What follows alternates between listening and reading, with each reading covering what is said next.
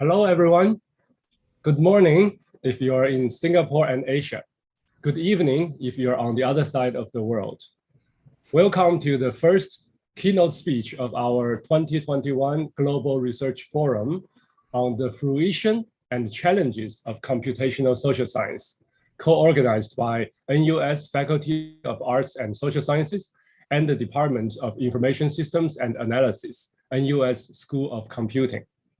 I'm Jack Cho, a professor at NUS Department of Communications and New Media and a co-chair for this year's Global Research Forum. Super excited and enormously privileged, I am here to introduce to you our opening keynote speaker, Professor Alex Sandy Pentland from MIT, where he serves as the Toshiba professor. Sandy was a co-creator of the world-famous MIT Media Lab and founder of the MIT Connection Science Initiative. Along with my colleagues in the organizing committee for this forum, I have to say that we strongly believe there's no better person to deliver this opening keynote address, because Sandy is among the world's most cited computational scientists and a true leader in computational social science. In particular, his article, The Coming of Age of Computational Social Science, co-authored with Professor David Laser et al., and also published in Science in 2009, was a powerful rallying call for the field. It has received nearly 3,500 citations, yet it was only Sandy's fifth most cited publication. A pioneer in his research on social physics, network and complexity science, and wearable computing, Sandy is member of the US National Academy of Science and recipient of numerous important awards. While the Forbes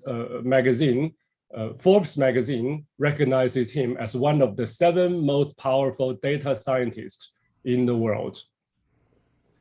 Outside the ivory tower, Sandy is a serial entrepreneur while serving on the board for the UN Global Partnership on Sustainable Development Data.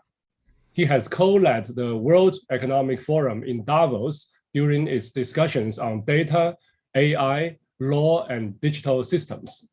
Closer to Singapore, Sandy has also co-founded Media Lab Asia at the Indian Institutes of Technology. So what exactly is computational social science? Why is it so important and interesting? What are its main fruits and impacts? Without further ado, please join me in putting our virtual hands together, all right, and welcoming Professor Pentland. His keynote is entitled, A Science Whose Time Has Come. The Zoom floor is yours. Sandy, please. Thank you very much. Very honored to be here.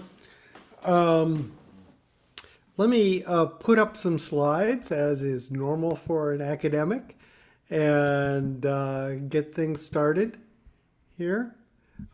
So in honor of the meeting that you're having here, I thought I'd address this question of a field whose time has come. So when David Lazar and I put together the first meeting on computational social science back in 2008, what we saw was that we were having the option of extending traditional social science. So both David and I have a background in social science and have published there, of course. But what we saw was that these new data sources were going to allow us to extend what had been done before, because it allowed us to look at things in very fine time grain. So how do people behave from second to second to second, which is very difficult or impossible to do in most traditional social science settings. Similarly, you could look at everybody, not just a selected sample, so that you could get minorities and unusual events. And you could ask about the effects of various phenomena in everyday life. They may show up very well in the lab, but how important are they in everyday life? And those were the things that we saw were going to be the most interesting things. And even one can hope, and we've seen some of this, you can begin to determine causality. What things actually influence what other things? How is the network of causal relationships put together? What influences it? The other side of it, which I've certainly spent an enormous amount of time on, is this advent of data, while great for science, is very scary from a privacy point of view. The whole notion of cyber attacks, ownership of data. There's many things that need to be put in place and hammered out in this new world where there's so much data, and you have the ability to actually begin doing fine-grained predictions about things that you never had before. So that is the thing that made it feel so important to me. And I'll go through some of these things and talk about them here. So I've mentioned already that it's digital data, this large-scale digital data, which is mostly put off by things like credit cards, cell phones. I don't usually talk too much about social media because those are usually things people want to present to the public. They're not what they actually do. So I'm more interested in what people actually do rather than what they say. But this new data sources enable very different sorts of analysis of human data. For instance, we can begin to understand causal structure. That's really important for forging policies, for instance. And of course, real world systems are beginning to be built on this new science. So entrepreneurs have gone off and built things that sometimes don't work out very well, and some things are very scary and need to be regulated. But at the same time, we can begin doing things that we could never do before. For instance, we should be able to manage mental health better, and health just in general better. And spin-outs for my lab that make use of these sorts of things already handle 10% of all the births of humans in the world. So these are little cell phone systems that help people deal with birth of a child, making sure that things go right, and so forth. So that's an enormous positive effect in terms of reducing the death rate of infants.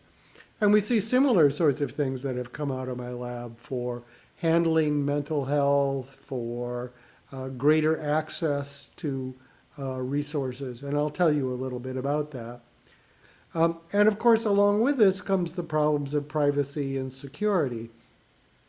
As Jack mentioned, I led a discussion group at Davos with people like the Justice Commissioner of the EU and the head of the US Federal Trade Commission to be able to figure out what sort of privacy law was required. And of course, the EU has taken a real leadership position in this, but you see it happening in countries around the world. So while it isn't as good as it ought to be, it's a lot better than it could have been, and we're making progress in that area. And I'm not going to talk too much about that because I think this is mostly a social science audience and not a policy and law audience. But if you ask me, I can sort of tell you what's happening in that area, since I'm still helping to put things together there. So the outline of what I'm going to talk has 5 pieces. The first is, how do people make decisions? And the role particularly of social ties in that. That gets us to inequality and segregation, because not everybody is influenced in the same way, and some people have much greater access to opportunity than others. And a lot of the things you see that are problems in society are due to slow diffusion between high opportunity people and low opportunity people. And I'll argue that that in many ways is the primary challenge or certainly one of the primary challenges that we face as a species. How do we fix that is the next topic, of course. And the thing everybody thinks about are digital media, but I want to argue that actually physical mixing, physical interaction is more important. And to do that, on this next piece is highlighting the role of reciprocal ties between people and trust in the role of context of physical interaction. And then finally, I want to talk a little bit about one of the great dangers, which is weaponizing social influence, and I'll call that propaganda. But you see it in many ways. You see it in sales campaigns, you see it in government elections and campaigns. What it's doing is distorting our ability to make decisions because it's using pieces of our mental apparatus that were never meant to be subjected to those sorts of influences. So that's the final part that I'm going to talk about. So the first thing is how do people make decisions? And of course, this is a core element of any sort of social science. And the most common sorts of models that you see today revolve around the notion of rational individuals. So this is in economics, it's in cognitive science. It also has priority in the political and policy domain, where people usually use this sort of model to be able to think about incentives and laws and other sorts of things that are functions of government. But we know also that people have more than one way of thinking. So Daniel Kahneman is famous for this System 1, System 2. System 2 is the sort of thing we think about most of the time and dominates some of the social sciences. But actually, according to him and according to our data, that rational thinking is only a small fraction of what we actually end up doing. Most of what we do comes from sort of rote learning, more like stimulus response, intuition, instinct. And it's very much unconscious, typically. You can, of course, have access to it, but almost all the time not. And Daniel Kahneman will claim that 95% of everything we do is due to this System 1, which is relatively unconscious.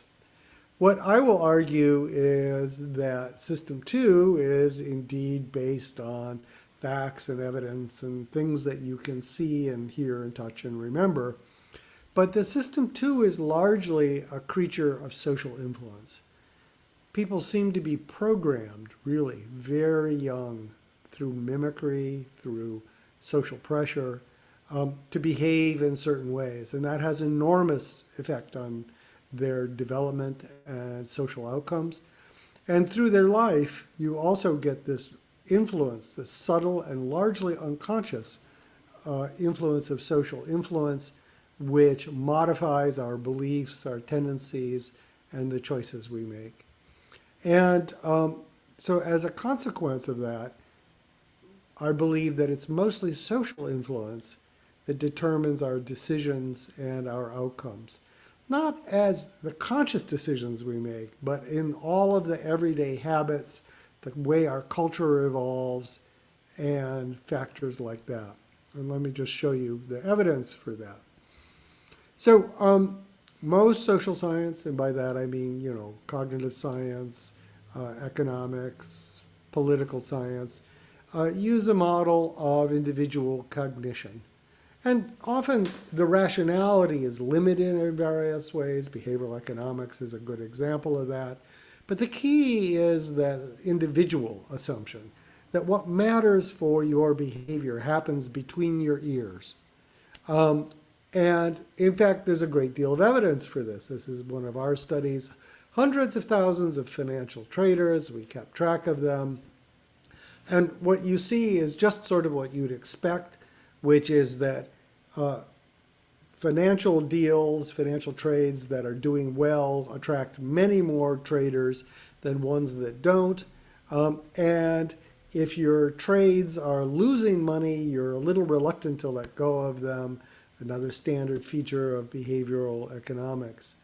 But actually, if you dig just a little deeper, you find that this is only about half of the story, about half of the variance. And in fact, yes, people evaluate the features of a trade to be able to decide where to put their money. And yes, they have some resistance to letting go of bad positions. But the other 50% of their trading behavior is described by prior probabilities that are determined by social cues. So if everybody else is jumping in on buying gold, and gold has done very well, then you're overwhelmingly likely to buy gold. So it's the multiplication of the social cues as a prior probability and the evaluation of the recent performance that determines the investments that people make. And this is actually, as you might hope, because this is something that's known as Thompson sampling. It's an optimal method of doing allocation given limited data. Optimal in this sense means minimum or great, making the best decisions you can with the data that you currently have. It has a prior, it has evaluation of the features, and then that generates a posterior which you allocate your funds to. It's portfolio theory. And what we see is that social species, not just humans, social species use this sort of strategy. In animals, this is usually called foraging behavior. So what you get is rabbit going out to the bush and eating the berries, but every once in a while they explore in other places. And if you look at the behavior of exploration versus exploitation, it follows these types of statistics quite closely. So we have a paper that was in Cognition just this year that talks about that. I think it's a very important paper because it explains the close connection between individual behavior and group behavior and shows that there's certain types of optimality behavior conditions that we have in our thinking, but also points out some of the really key weaknesses in our group behavior and our individual behavior. All with this very strong mathematical model that has very strong properties. So I'd urge you to take a look at that. When we look at not just regular people, but experts, you might think that they would be much more rational than your average person. And indeed, many of them are. And when we looked at a few thousand mid-career financial professionals and had them do predictions of asset class prices in the future, so these are futures, what we found is that they took a variety of strategies. Some were very, very rational, and some incorporated the social prior more. The ones that were more rational actually made a little more money, as one might have predicted, than the ones that incorporated the social. And you might ask, why do these experts, 20 years in the field, have this consistent mistake? Is this just silliness, more human silliness? And the answer is no, actually. The traders that incorporate more social information as their prior, and it really is as a prior probability, mathematically, have lower risk. So what you're seeing is the social prior being used as a control knob for controlling risk by professional traders. So if you're somebody who is not worried about risk, you will be more analytic and ignore the social input. If you're concerned about risk, you tune up the social feelers in order to avoid really serious disasters. And this just appeared in the journal Entropy this year as well. Of course, the fact that people incorporate these social cues other people's behavior in their behavior means that this is a preferential attachment process, and we all know about those. That is the basis for cascades, crashes, bubbles, and I love this particular picture because the yellow part line there is the big bubble and crash of Bitcoin a few years ago. And the blue one is one of the largest normal stock exchanges in the world, the NASDAQ. And you can see that the behavior of this heavily regulated stock exchange is almost exactly like Bitcoin, which has no regulation, particularly at this point. And what's driving this, of course, are these cascades of behavior.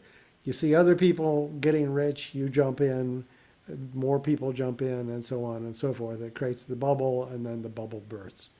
And what's interesting now is that using the models that I've just been able to talk about, you can actually do a surprisingly good job at predicting these sorts of dynamics. You can't call the top quite perfectly, so don't try to do that. But you can actually do a much better job than people have done normally by using these sorts of models. But the question for society is not making money off of bubbles and crashes. The question is how to prevent these sorts of extremes. In the case of money, well, you know, it's a risky business anyhow, but this is where we get mob violence. This is where we get mass mania. We get many, many very negative circumstances that come from these sorts of preferential attachment cascades of behavior. How can we do that? What we have is been able to work out the mathematics of this, and this just appeared in the proceedings of the National Academy of Science last year, end of last year. And we were able to prove that cascades depend, the frequency of cascades depends on the fitness of all of the participants. So it's not that Facebook is too big and we have to break it up, or these people have too big of a megaphone on social media and we have to quiet them. It really depends on the ratios between the big guys and the little guys. When those ratios get too large, then you get these cascades. And just breaking up the big guys won't fix it. That's the other thing. So there's a domain where cascades happen and a domain where they don't. And the main determinant of whether you're in a safe area or a not safe area is, are most of the people in there, in this network, reasonably fit, and the ratio between their fitness and the fitness of the most fit actors is tolerable. So read the paper, Proceedings of the National Academy. The key thing from the point of view of antitrust is that attacking the big dragons, the Facebooks, the Googles of the world, aren't going to do what you want. If you break them up, you'll just get two of them. It'll probably be worse than if you hadn't done it at all. If you want to stop these sorts of cascades, then you have to make sure that all of the participants have a high fitness. I think that's a very interesting law, because it is a mathematical law for governments and other people to pay attention to. So to enforce stability in a network, you need to have a stable distribution of fitness. Now, I'm talking about money and things like that, but this is also equally applicable to political cascades, people, or group madness or crowd madness. Is this notion that it's the ratio between the most powerful and the least powerful that really matters, and the most stable way to fix it is to make the least powerful much more powerful. So here are some ways to begin to fix, for instance, social media, which is one of the places that we see these cascades and which are very damaging to society. And I know that particularly in Singapore, you're very concerned about social media and these sort of waves of misinformation and false opinion. One is just simply to limit the degree of connections, to not give people these big megaphones with 100,000 or 1,000,000 followers. And it turns out that most of the sort of fake news, most of the really destructive stuff happens from people who have these huge numbers of connections. So why not just limit it so that their fake news propagates more slowly and has more time to be countered by the other participants in the network. So what you're doing is you're not getting rid of the big guys, but you're reducing the range of activity so that the little guys can be a same order of magnitude as competent as the big guys.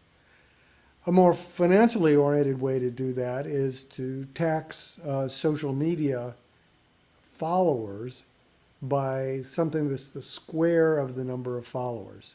So recognize that these social media are not just public speaking, they're also a business. And if you're going to have 1,000,000 people listening to you, that's a very good business and you should pay tax on that.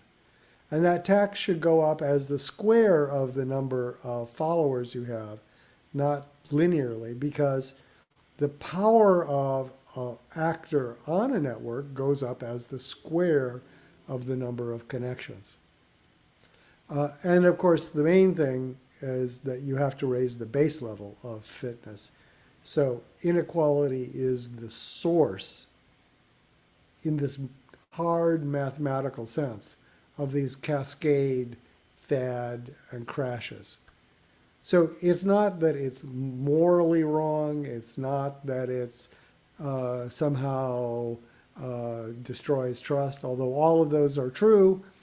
What you see is you see that the simple power of the network becomes unstable when the participants are not competent, when most of the participants are not anything like as competent as the most powerful ones. So that's the first set of things I wanted to talk to. Remember, there are 5. Let's go to the way the world is today. So what I've said is that this inequality of power in the network has a number of consequences. One is that you get cascades and fads and crashes. The other thing is that if you have elements in your network that are very poorly connected to the rest of the network, then they have much less access to opportunities and information, and of course they make poorer decisions. So there's 2 types of effects. One is just simply access to information and opportunity, and the second one is this sort of instability that causes. So I've talked a little bit about the instability. Let's talk about the access to opportunity. So this is data from the United States. What we have is we have anonymized, aggregated data traces from cell phones for about 100 million Americans that cover about most of the large metropolitan areas in the United States. And what we find is that there's a great deal of similarity between these metropolitan areas. And this paper just came out. I'll give you the citation in just a minute. And what we find today is that interaction between people, their social networks, are very highly segregated. But it's not what you think. And that is that half of segregation has to do with behavior and not where you live. So normally, when we think about segregation and the inability for people to have access to opportunity, we think about the fact that, well, these people live there, and that's all poor people. These people live in rich places. And of course, that's important. But it turns out that that's less important than social barriers, behavioral barriers, that change the choices about where people go. So it turns out that if you look at these data very closely, it's the choices of where you go that are the single largest factor in segregation and loss of access to opportunity, resulting in inequality. So that means poor people feel uncomfortable going into places that have higher status people, even if the cost is exactly the same. Rich people feel uncomfortable going into places where poor people are. It just isn't something that they feel good about, so they don't do it. And in fact, they adapt their mobility patterns, sort of where they work, how they get to work, how they go shopping, to be able to reinforce these segregation sorts of things that are face-to-face. And all the traditional factors that we think about with segregation and inequality, which is income, education, where they live, other things, are relatively much smaller contributors to this behavioral segregation that we see. So this, to me, was very surprising. I usually think of cities as being very well mixed. Anybody can go anywhere. You know, yes, there are price differences, but given the same price, anybody will go in there. Turns out that's wrong. Just not true. And in fact, that lack of interaction between people means that poor people don't see trends that rich people do. Rich people don't see the sort of ideas and problems that poor people do. And of course, that results in loss of trust and cohesion, social cohesion, polarization, and so forth. And the papers that we have on that, we just have this paper about segregated places in the United States. And you should look it up because it's pretty amazing. This segregation has even more types of consequences than you might think. So you can say, well, segregation is going to mean that poor people can't go ahead and prosper as well as rich people, but you know the society can still be pretty vital and innovative. And we have data from all of the incubators in China, which is where this is from, looking at what are the major factors in success of companies that come out of Chinese incubators, the national incubators system across the entire country. And so this is over 3,000 companies that were started in China in the last decade.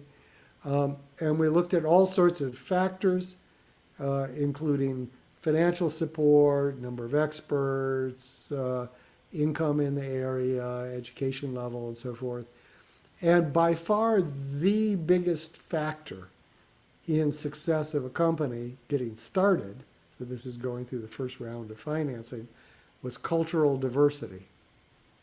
So this is shocking.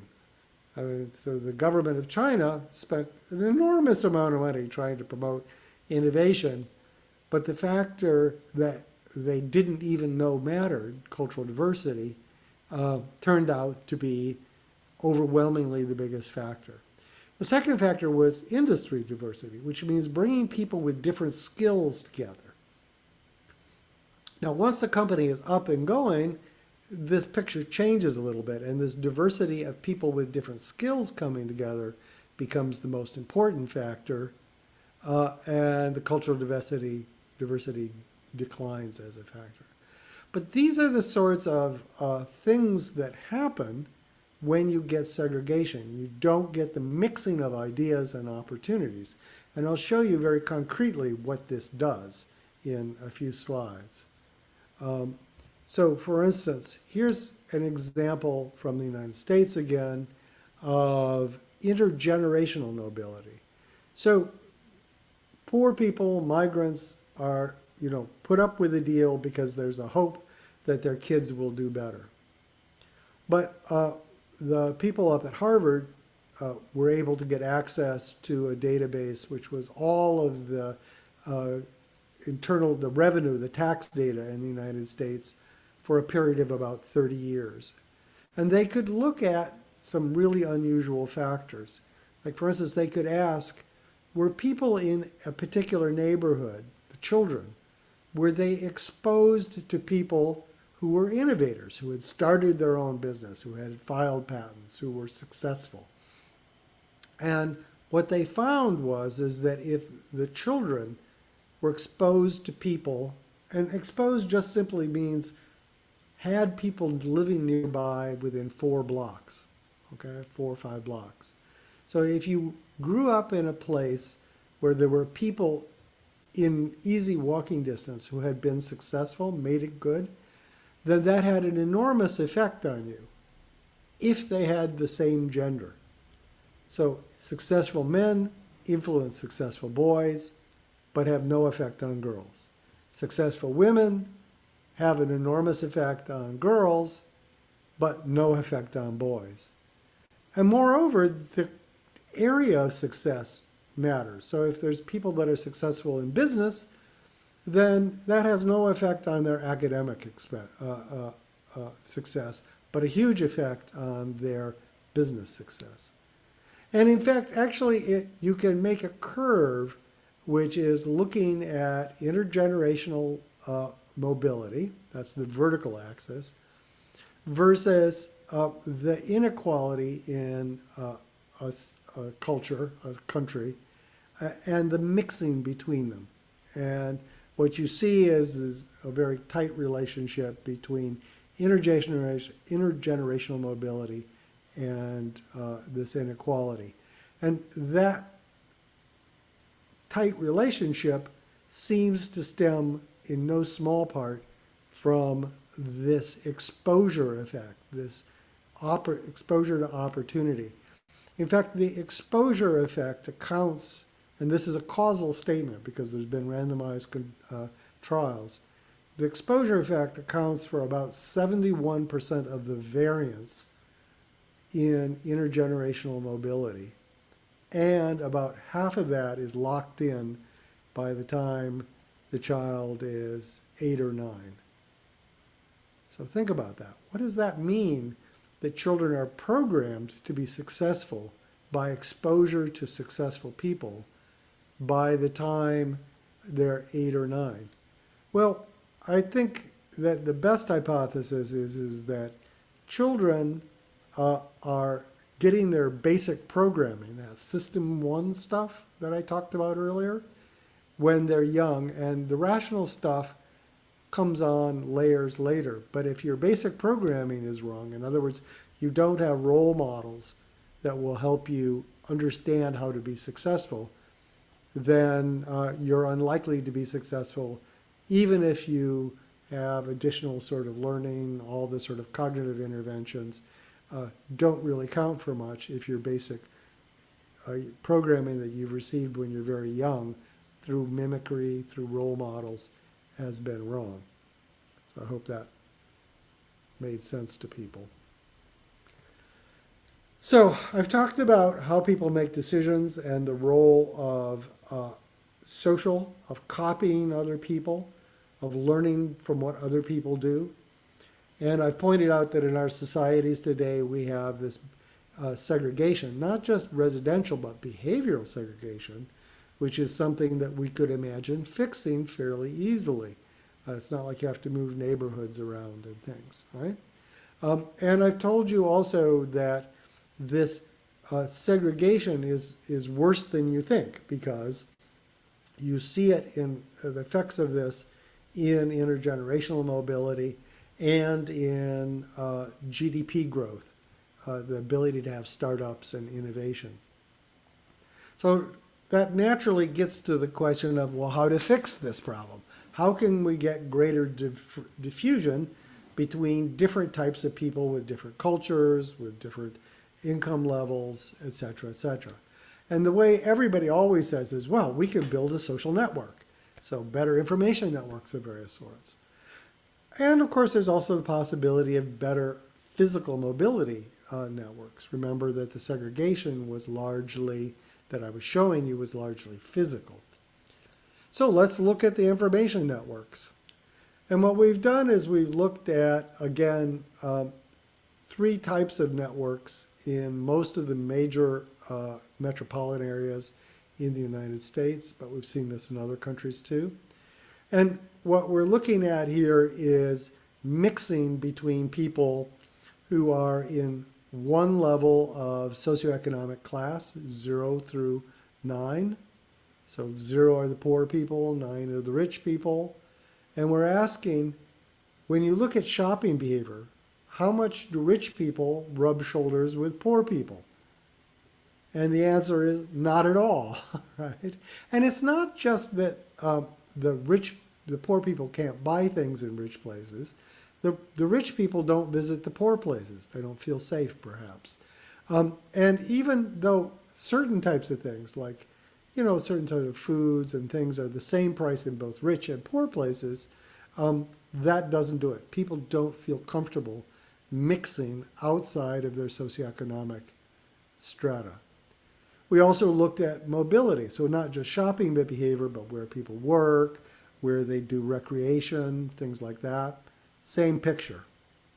And then we looked at communication. So this is looking at things like Twitter or Facebook and asking what are the topics they talk about, right? Not do you know people, because we already know there's immense segregation in terms of people you know. Your network of poor people don't extend to rich and vice versa. But it turns out that poor people talk about completely different things than rich people. So this is an eigenvector decomposition, principal components decomposition of Twitter, where the topics are labeled by income level, and you see that in color. So the lower income are the more reddish colors, the bluish ones are the higher income, and you see that the topics that the rich people and the poor people talk about are completely separate, and middle class people talk about things that are in between, and only a little bit of overlap with the rich people and the poor people.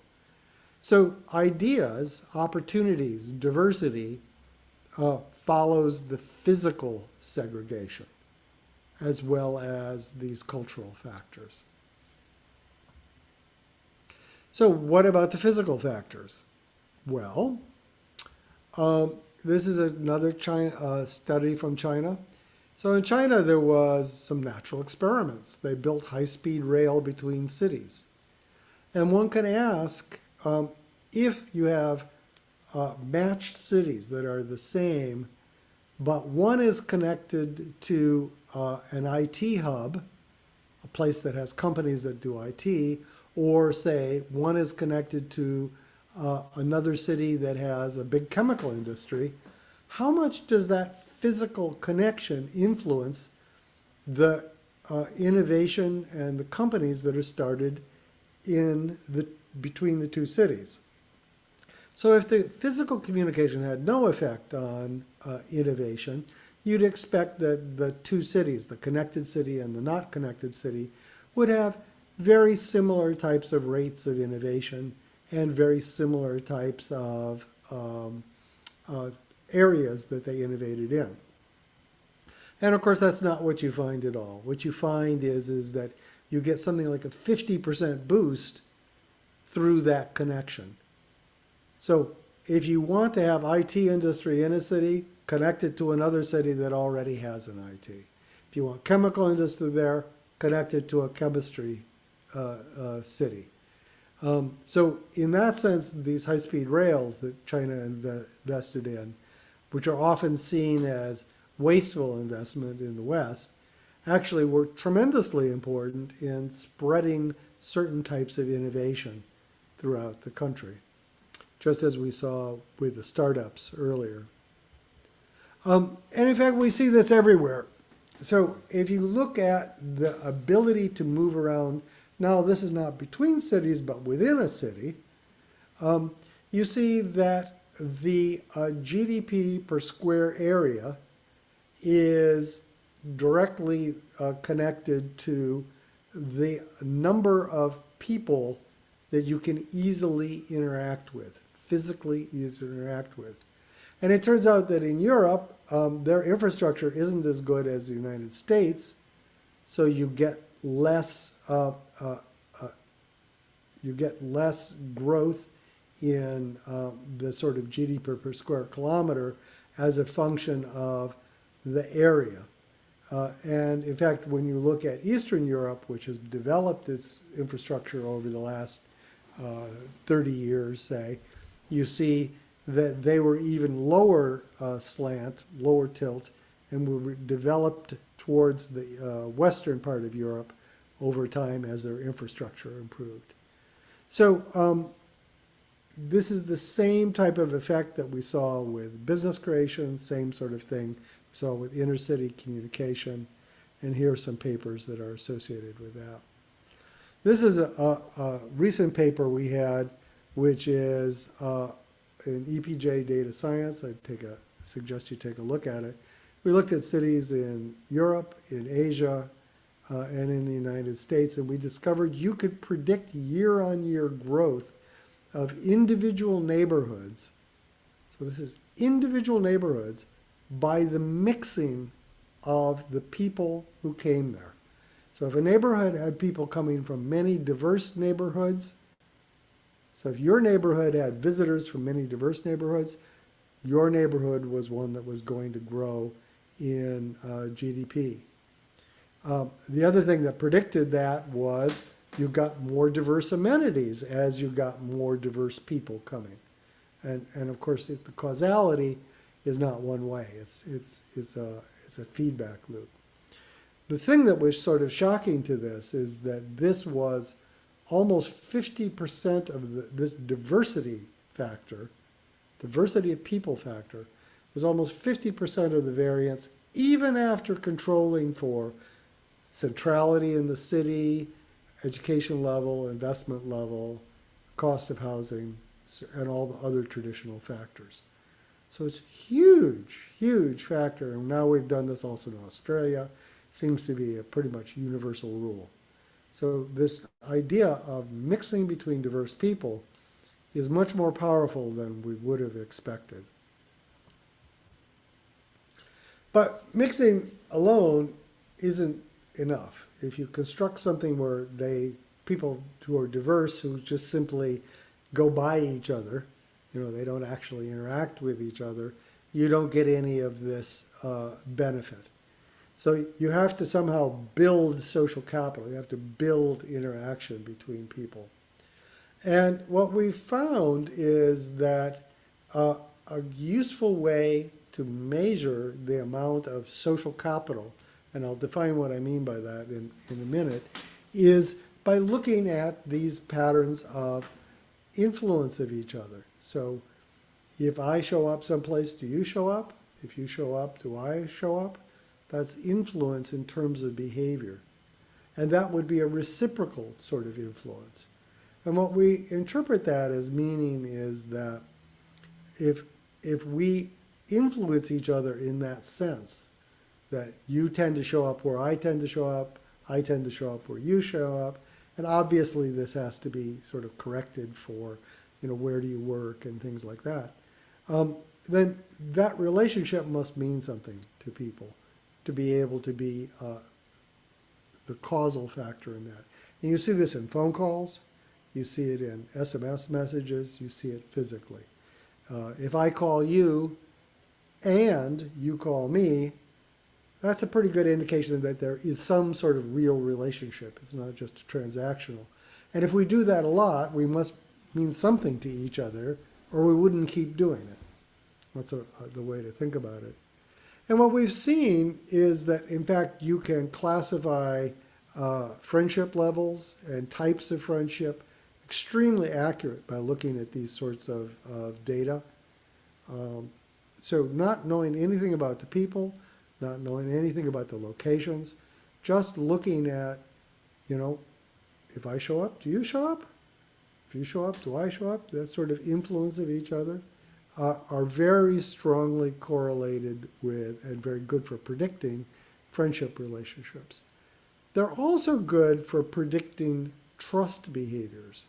So we did a study of a community for 18 months where we looked at all of the behaviors of the people, both physical and phone and SMS, no content. And what we found is when you got people that were interacting either digitally or physically with both people taking the initiative, those same people would exhibit trust behaviors. So they would loan each other money, they would loan each other their car, they would ask the other person for babysitting services, things that indicated trust. And we got extremely high accuracy at figuring out which sorts of people, which pairs of people would have trust behaviors by looking at their reciprocal behavior. We then did an intervention where we asked, can we change people's health behavior? Can we make them more active, more healthy by moving around more? And what we found was those trust behaviors were critical. So for instance, if you did an intervention where you used social pressure from trusted entities, trusted other people, to change behavior, that was 4 times as effective as an intervention that just approached the person themselves. Again, the social pressure is much more powerful than the individual incentives. And if you did a matched intervention where it wasn't these reciprocal relationships, but just people who sort of knew each other, that was no more successful than just personal incentives. So again, there's a paper, you can read about it, it's a rather old paper at this point.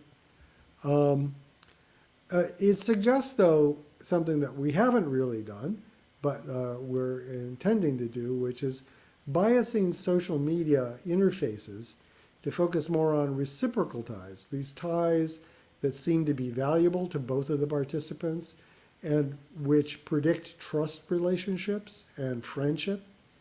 So focusing them in the social media interface would make them more available. And some simple ways of doing that in interface is put those reciprocal ties at the top of any list. And if you have lots of non-reciprocal ones, maybe you could start taxing those, because that's in some sense a business of some sort. You're in the influencer business. And the explanation for trying this sort of thing is that reciprocal ties are the ones that have mutual value, and therefore are valuable to each of the participants. So that the notion of social behavior, social influence, behavior change becomes very powerful when you concentrate on reciprocal ties. And for instance, if you're going to be sharing some piece of information with your reciprocal ties, you will be dramatically more careful than if you're sharing it with people you barely know. There's reputational risks in dealing with the reciprocal ties because they're valuable to you. And because of triadic closure, they likely know each other also. And so we might be able to bias social media to be much more responsible by having consequences for bad behavior. And those consequences are achieved by making sure that the most reactions, the first sharings, the first actions happen with your most valuable ties. Anyhow, that's the suggestion. The final thing I want to talk about is propaganda. The systems that I've talked about are systems of decision-making which make use of social ties. Social ties provide you with a sort of a prior probability, the likelihood that this is good. And we know that in many different words. For instance, it's often called culture, or just the way people do things. It's often not something that is the subject of conscious deliberation. So this assembling of social ties, examples, the behavior of others is tremendously important in generating better behavior. But as we've seen, it can fail and result in inequality and problems. But you can also weaponize it. So, and this is what you see happening in propaganda, to some degree in marketing, but most scarily with things like botnets and state actors who are trying to spread disinformation and sow chaos of various sorts. And so we ought to think about what we can do about that to be able to identify the social interaction and to be able to suppress it. And the thing I mentioned earlier was that this influence measure, which is essentially, does my behavior have an observable influence on you? Does your behavior have an observable influence on me? Principally in terms of timing, but it can also turn in content, is an enormously strong predictor of social relationships, trust relationships, for instance. But this experiment, for instance, was a year long, working with about 100 people. And what we found is we could identify close friends extremely accurately, we could identify work group most accurately, we could identify who's the boss, just by looking at patterns of influence in behavior. No content, nothing about the people. And you can, what we've been able to look at in propaganda networks, so attack networks, weaponized social influence, we've developed a set of mathematical tools which allow to take very, very noisy signals and pull out those networks. And what we see is that a lot of the bot networks, a lot of the criminal activity shows up as hidden influence networks. And I'll just show you one example here. So this is an example using Twitter data where we were given a list of 50 known ISIS. So this is the, you know, the crazies in Syria and Iraq rather.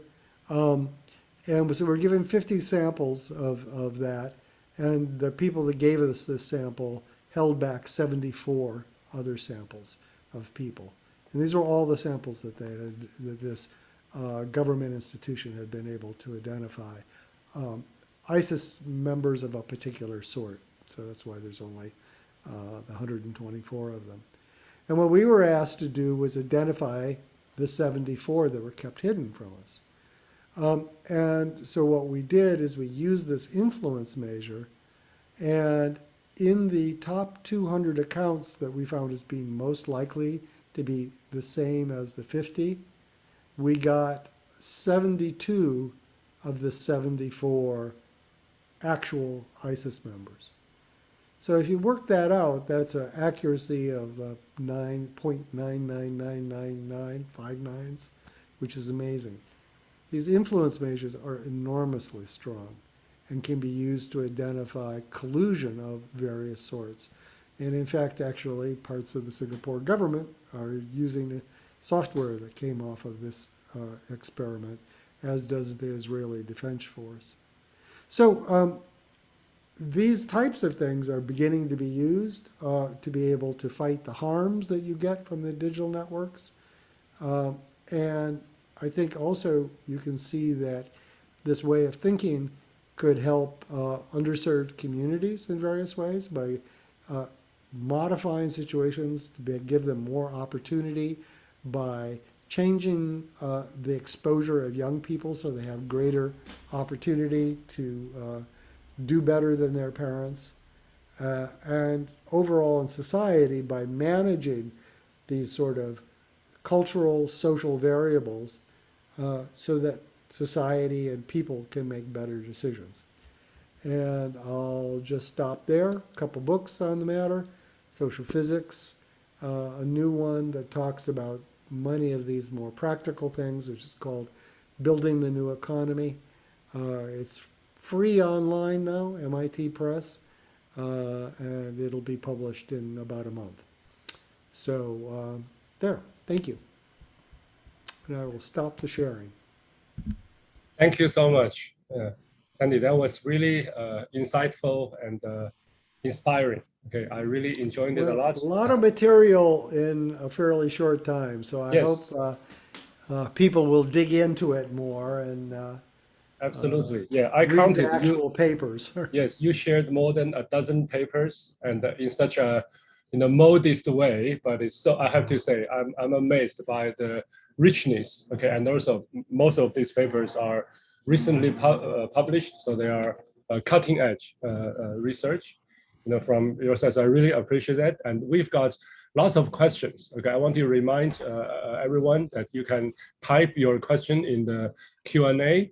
And even if you don't have questions to ask, you can vote on other people. So using what Sandy was talking about, exercising your social network power. Okay, you can vote, and there I'm going to pick, a small number of questions for Sandy to address. Let's start from the first one, Jia Yi's question. Basically, it's about there are so many new technologies, right? And especially AI, she asked, right? So how should we adapt, to this innovation? I know this is a very broad question, but Well, because no, it's a great question, yes, and it's a natural question. So people are very concerned about social media, about AI, about things like that. And there's a lot of hype about it, okay? What I think that needs to happen, and we're involved in some very high-level discussions about this, is we need to treat these technologies the same way we treat, say, car technology or electric technology or medical technology, which is through accountability. Now, the trouble with AI is that you don't know when it's happening. You don't know what it does. So if the medicine is bad, if somebody makes a medicine that's bad, you can see what happens. People get sick or die, right? And you know it's that medicine, typically, so that you can have accountability of the people who made bad medicine. But how do you bring that accountability to AI and other things? And I think that the thing that we've been promoting, and I should mention that we actually build software and convince governments to use the software. So, there's another sort of arm of what we do. What we're promoting is that anybody who uses AI or things like that has to keep a running, accessible record of what went into the AI's decision, what were the factors that the AI operated on, and what was the decision, and what was the effect on various sorts of stakeholders. So, for instance, if they had to keep data like that, you could have immediate detection of bias, immediate detection of unfairness. And in fact, we've built and deployed systems like this for government social programs in several Latin American countries, covering almost 80 million people who were not being treated very fairly by their social support programs. So this notion of having easily accessible data about what you're doing, where you can audit things, just like we audit money. A company does something, they make money, they have to get audited so we know they pay the right tax and that they're not doing something illegal. The same sort of regulation should happen with these other things. And in fact, the EU has, I think, largely bought onto this idea. We just converted most of the American banks to this sort of idea, and we're working on other people. So, yeah. Thank you, Sandy. Yeah, the next question, is the longest question we get so far from Guilherme Zagati. Okay, and this Guilherme read Shoshana Zuboff's book, The Age of Surveillance Capitalism. It's a long comment I'm not going to read, but basically in this book, okay, I'm going to paraphrase what Gerhardt said here, is that basically Zuboff, okay, criticized you, okay, of being instrumentalist. Okay, but then Zuboff said, from what you just shared, I think what you the answer you just provided to the for the previous question actually shows your genuine care about equality, fairness, accountability, and auditing. So this seems to be quite different from the, I'm going to paraphrase, so from the caricature. Yeah, Zuboff essentially did character assassination. Right. If I actually thought she was a serious person, I would sue her and take her to court because she lied. You know, I'm the one that started the European privacy regulation. I sit on the board of the United Nations effort in this way. There's a reason that I'm in these places. Now, I also have to say, though, that what I pointed out to you is that doing science with data is a good thing, even if the answers are uncomfortable. You know, until you understand what the truth is, you can't do policies that address it. Now, companies will make use of some of these things. Some of that's good. Like, for instance, we've made really surprising progress at treating mental health, at helping infant mortality, at things like that. But people will also misuse it, like any technology. And that's why accountability is so key. You know, Zuboff's book, she wanted to make a big point, and so she cherry-picked evidence, which, you know, is not, well, it's not an honest way to do things.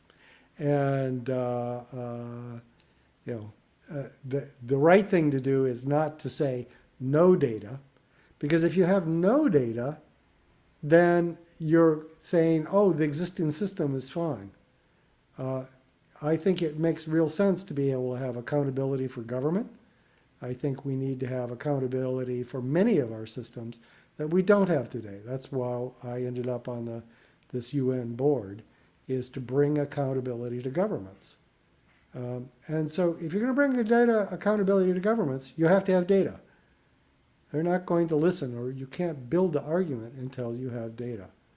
Now, you have to make sure it doesn't go off in the wrong direction, and that happens through most societies by accountability. Thanks. Yeah, I'm very glad, you know, to hear your response, okay, to that, what Shoshana Zuboff wrote. I suspect maybe, you know, in addition to her own style, but there's also MIT, you know, Harvard, you know, friendly, but competition, okay, relationship there. Let's go to another slightly more methodological, okay, question from Bin Ke, okay, inferring causality in networks, because most of your talk about here is about social networks, okay, but how can we infer causality in networks? Okay, it can be quite challenging. How can you be sure some of the findings you have discussed are causal? So causality is one of the major problems, of course, right? And you're right to hone in on that. The idea is that there are some techniques that get towards causality, like, for instance, having matched examples where one is treated and the other isn't. It's sort of post hoc random trials, right? And it's a pretty good method. I think, though, that the focus on a single experiment showing causality is misplaced. I also think that the notion of saying there is a cause is a priori wrong. These are very complicated systems. They're dynamic. There is no one cause. It's a feedback system, almost always. So you name anything, and there's almost always causality in both directions. The question is, which is stronger? Which can you intervene with? What are the boundary conditions on it? Those sorts of questions. A single experiment is very difficult to establish any of those sorts of things. people talk to randomized controlled trials, but in fact, those have great weaknesses. A good statistician will tell you that there are possible confounders, that they're actually extremely weak when it comes to cascade phenomena.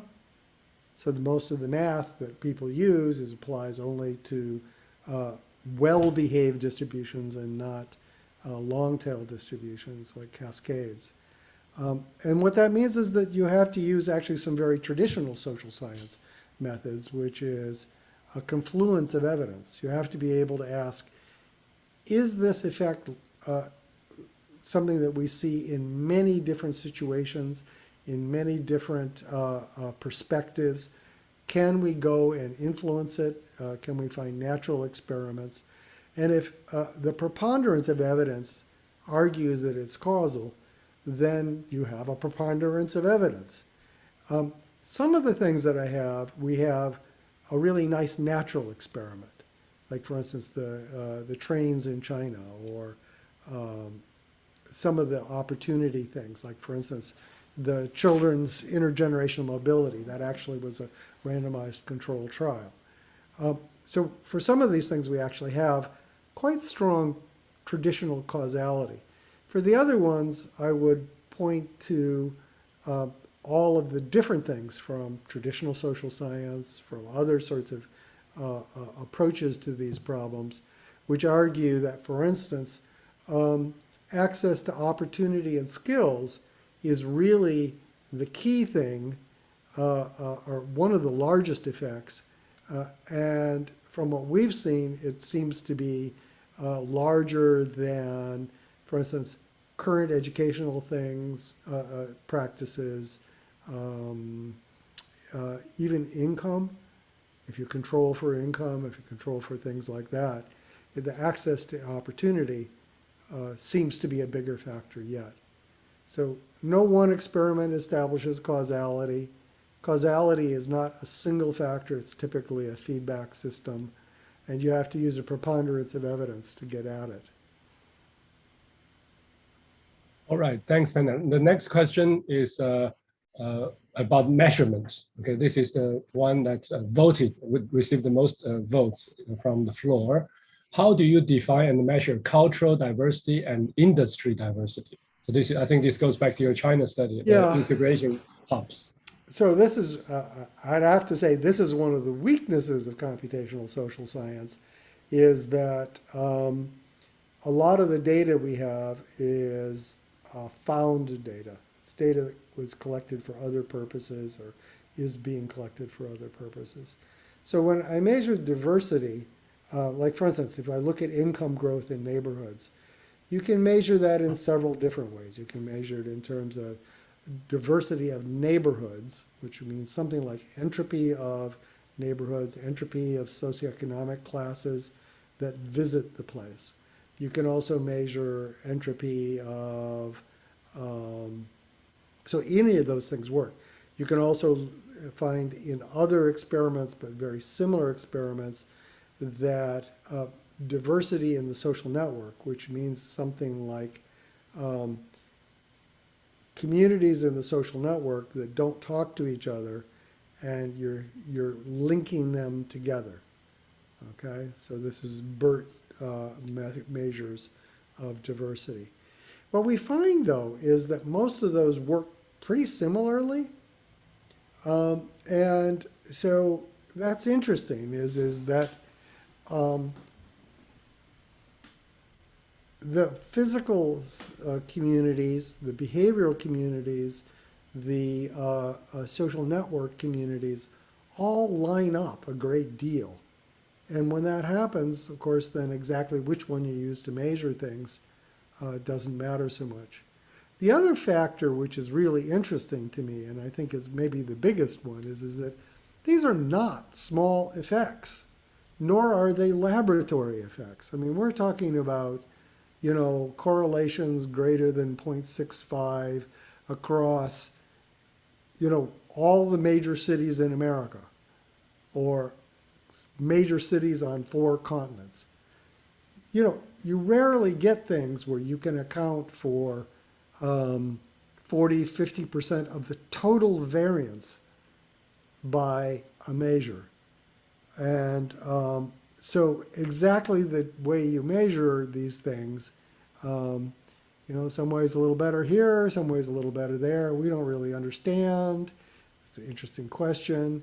But the effect is so whopping big that you see it despite methodological variations. So I think a good example is this EPJ paper that has to do with predicting neighborhood change. Because we were forced to use slightly different methodologies in every city, because systems in China are different than systems in Europe, which are different than systems in the US. But yet the effects were very, very similar. You can make of that what you would. Yeah, just to follow up on that, maybe we can replicate. We can, you know, this cultural diversity. You know, in Singapore, many colleagues are interested in issues of innovation. You know, we can replicate and have develop our local measurements for that diversity. Yeah. Yeah, I mean, so one of the points there to me, right, is that what we see is that innovation depends on access to different sorts of information and opportunities and skills, which is not too surprising, right? But that when we measure these things, we see whopping big effects. But when you look at policy that is done in almost every government, it tends to be economic policy. So they talk about investing in, you know, more plants or better, you know, this or that, and not in terms of investing in the things that improve innovation. And so one of the points I have is that by focusing on these very traditional sorts of measures, GDP, things like that, you miss the sort of dynamism of the society, the thing that in the long run dominates growth in income, change in culture, and so forth. All right, the next question is from Dr. Kokyo Jaitka, who is my colleague and also a speaker, okay, in this forum. She typed it that she's hoping that she will be talking about your recommendation later today in her own presentation. Meanwhile, she'd like to ask, what are your views on the latest controversies regarding fabricated data, and also your views on open science, i.e., she wants to ask about researchers' accountability. Yeah, I mean, I was just reading about a case where the data appears to have been fabricated by one of the authors, and the other authors were unaware of it. And I can sympathize with that. I mean, when you're dealing with very, very large data sets that are generated by a company, you can make public aggregated data, but you can't make public anonymized data because that can be traced back to individuals. So you can't violate the privacy of the individuals. But that also means that it becomes harder to check the correctness of the data.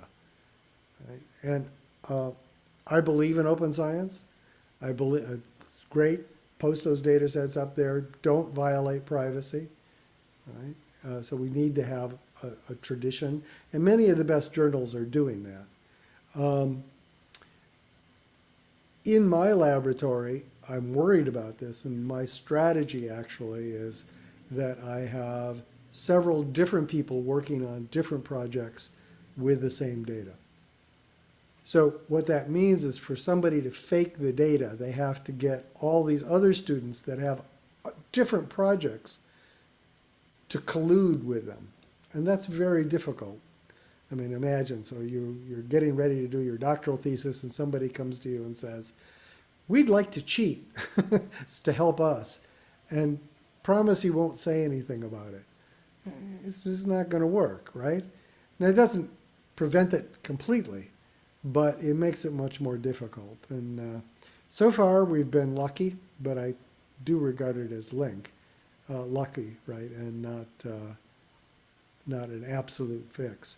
I also do believe in publishing the data. Perhaps even more, though, I believe that governments ought to require that a lot of this data be made public. So just like we have census data, so this is the population, this is the income of each of these neighborhoods, which is quite safe in terms of individual privacy. We ought to have things like, well, this is where the people in this neighborhood work, and this is where they shop, and this is the number of innovators in the area and things like that. Things that you can't trace back to any individual, but turn out to be very important for the neighborhood to govern itself and for government to make good decisions.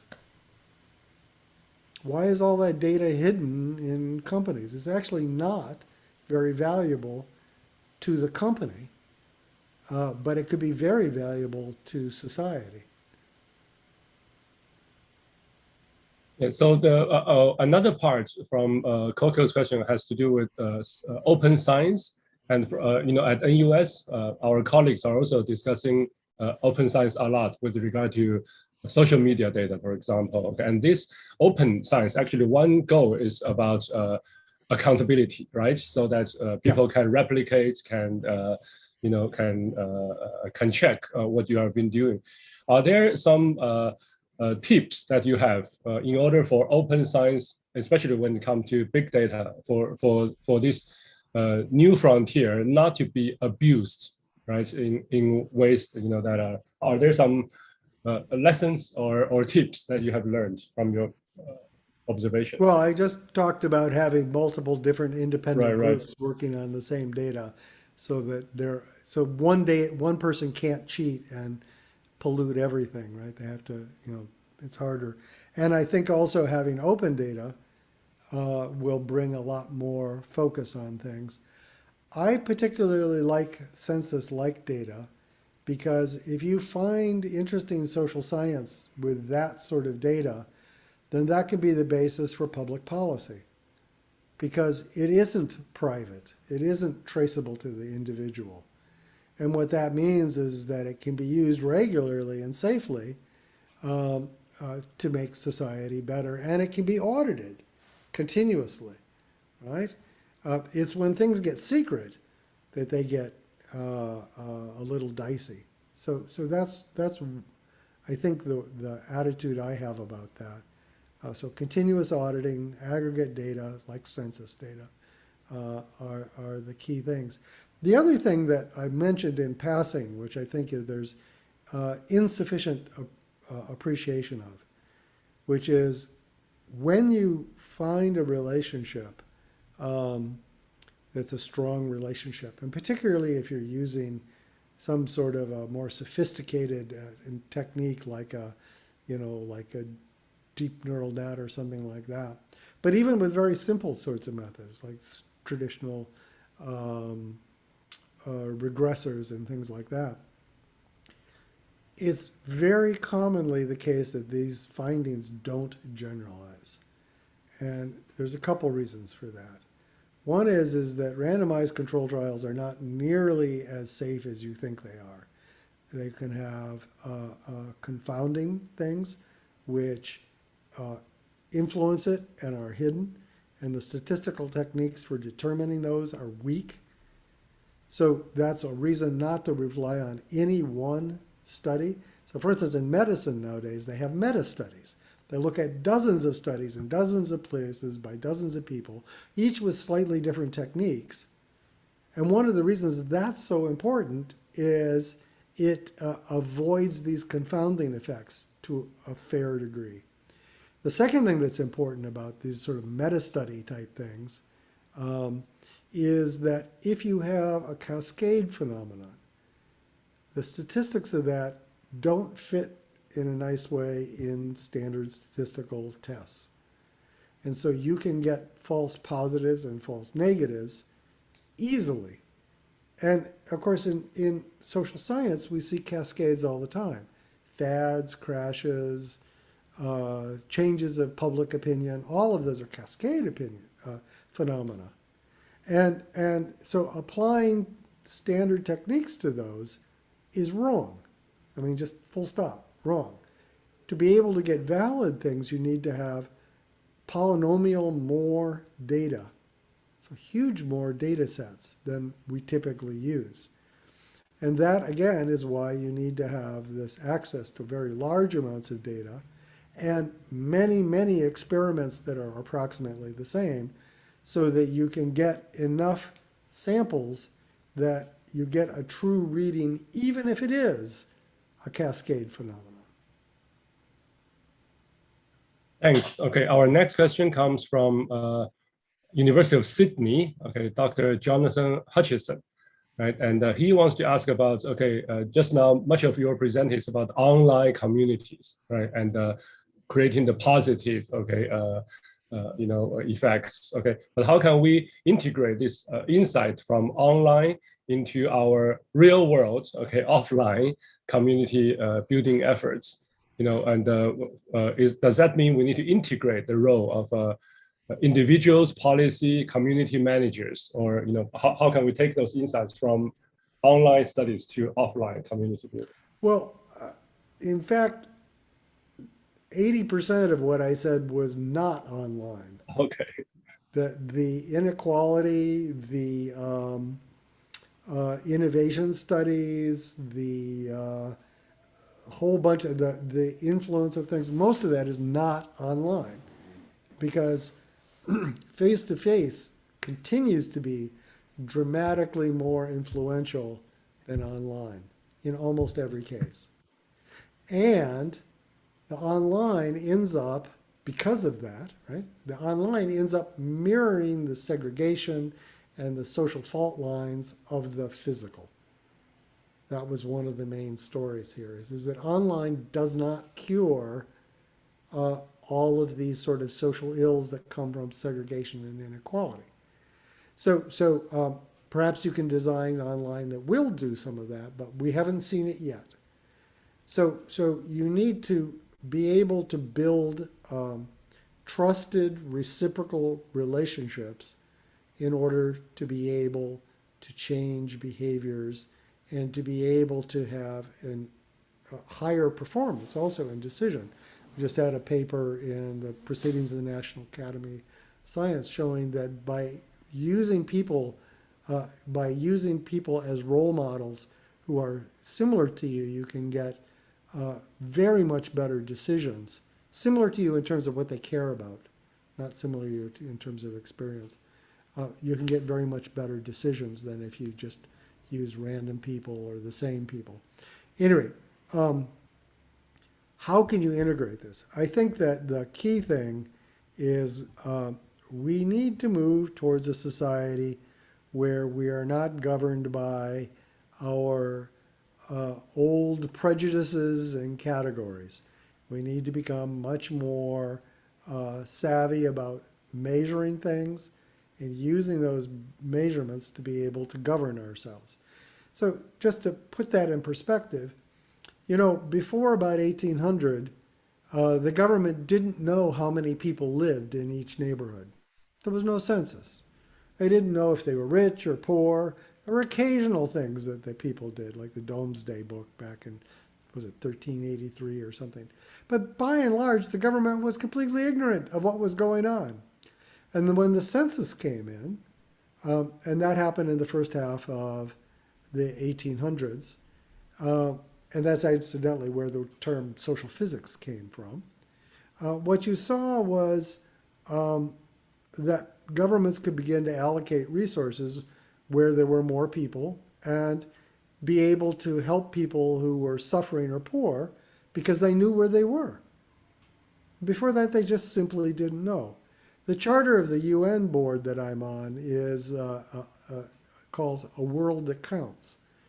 When I started working, there were famines that killed millions of people, and nobody outside the area knew until it was basically done.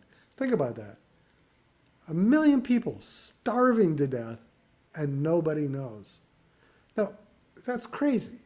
And we've seen in the pandemic lots of places where we just don't know what's happening. And as a consequence, we can't be effective. And so I think we need to be much more having continuous measurement of things that preserves privacy. So I like census model where it's aggregated in the right way. And institutions that help everybody interpret and use that data to be able to make decisions about health, about infrastructure, about education, about whatever. And that's the only way I can see to make things better. Thank you so much, Sandy. I think you drove, this is the end of our Q&A part. Sorry, we are almost on time now, and we cannot answer every question, but I think most of the remaining remarks in the Q&A are overwhelmingly to say thank you, okay, Professor Pentland. Well, my okay, pleasure. I'm glad I could join you, and thank you for inviting. Yes, and I just want to also say at the end, the way you answered the last question also reminds me of the very beginning of why we have social science in the very beginning, okay, especially quantitative. It's like the first influential was from York, okay, in UK, when social scientists, were trying to measure poverty, were trying to quantify, visualize, okay, social inequality, economic inequality in Northern England, okay. That's the very beginning of all the things. So in this way, computational social science, despite its tech savvy, okay, cutting edge, it's actually a classic, it's an instrument for us to deal with classic social science issues. And what we have learned, okay, in the past 90 minutes is I would characterize this as a amazing kaleidoscope of CSS, computational social science. So many studies, so many issues, from the classic ones about inequality and rationality to the current challenges of community building, of trust, and then so many substantive examples, okay, from Bitcoin and stock market trading to segregation behavior to anti-terrorism. And I think my financial traders, okay, friends in Singapore will probably really appreciate your example of comparing traders with rabbits, okay. So I think that's a great one, yeah. So the core of today's sharing, of course, is about social influence. About when I was a PhD student, okay, in Los Angeles, I was in a project we call ourselves study the ties that bind, okay, social influence and diffusion.